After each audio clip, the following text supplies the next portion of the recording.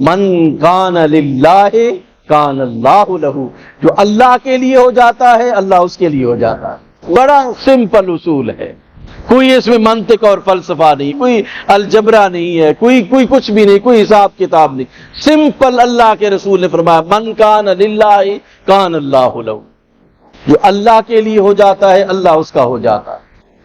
اب اگر ہم اللہ کے لیے نہ ہوں، کہیں اللہ ہمارا ہو جائے تو نہیں ہوگا، ہم اللہ کے لیے ہوں گے تو پھر اللہ ہمارا ہوگا۔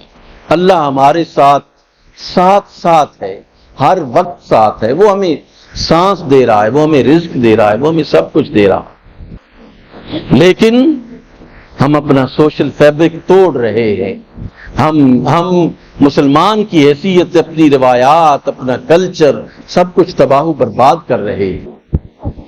اس دنیا نے ہمیں اتنا مجبور کر دیا ہے کہ ہم وقت آنے والا ہے دنیا میں۔ آپ دیکھیں کتنا ظلم ہے کہ آپ ایک طرف غزہ پر ظلم ڈھایا جا رہا، بچوں پر ایسا بارود پھینکا جا رہا ہے کہ ان کے اعضاء جو ہے وہ آسمان کو چھو رہے ہیں، خواتین کی عصمت دری کی جا رہی ہے، اور ادھر سے شاہی فرمان جاری ہوتا ہے کہ حج پر آنے والوں کے لیے پابندی ہے کہ وہ غزہ کی کوئی بات نہیں کر سکتے، ان پر پابندی ہے کہ وہ فلسطین کا جھنڈا نہیں لہرا سکتے، ان کے لیے پابندی ہے کہ وہ فلسطین کے معاملے میں کوئی ڈسکشن نہیں کر سکتے، کوئی بات نہیں کر سکتے۔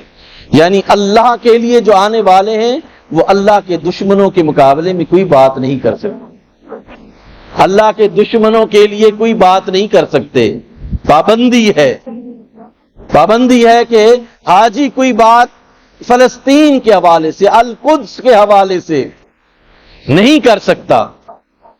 اللہ کے دشمنوں کے لیے اگر ہم زبان سے بھی کچھ نہیں کر سکتے تو پھر کل تو یہ حکم آئے گا کہ یہ شیطان کو بھی کنکریاں مارنا، ہم پرامن لوگ ہیں، شیطان کو بھی بھائی کنکریاں نہ مارا کریں۔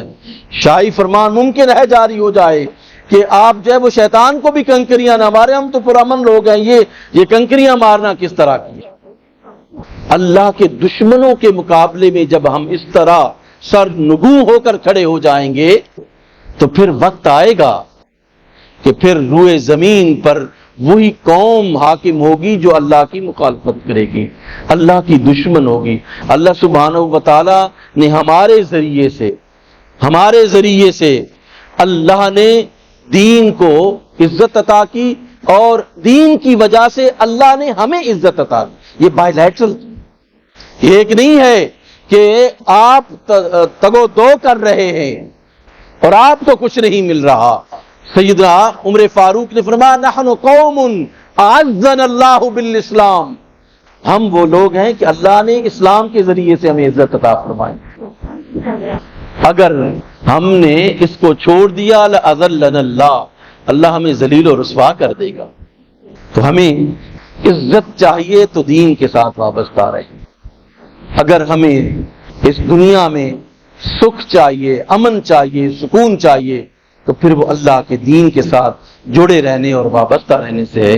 اللہ سبحانہ و تعالی ہمیں عمل کی توفیق نصیب فرمائے۔